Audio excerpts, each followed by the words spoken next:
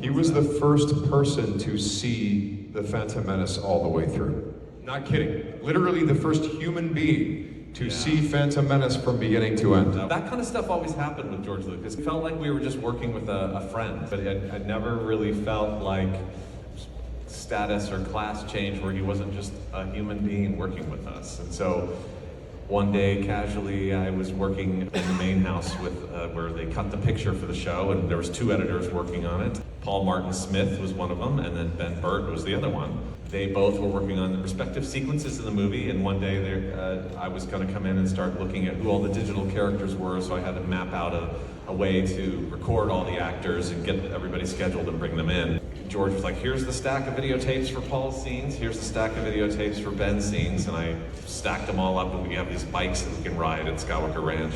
I put them all in the front basket of the bike, and I had like 12 videotapes or whatever it was, and I went back to my room.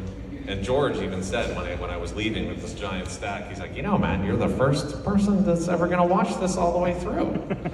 And I just kind of was like, oh, okay, sure. And then as I'm riding back to my office in the technical building, I remember being like, what is happening? What? This is it right here in the bike, and I'm like rattling over the cobblestones. I actually went into my office, shut the door, and there's a lake we have this Lake Ewok, it's called, it's Skywalker Ranch, and for some reason, I had one of the oars of one of the boats. I'm not sure, I think I was recording something, I don't remember why, but I had this oar in my office, and I remember sticking it into the door after I'd shut it to like make it so nobody could open the door. So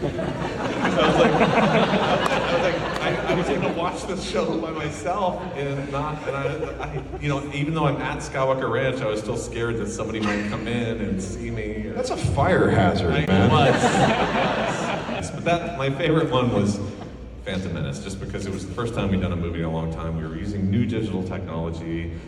George was very trusting and had put together an amazing crew, and it was just, making these things like the pod race and coming up with new lightsabers and working with Ahmed Best and all these amazing the battle droids and Ben Burt, and it was incredible.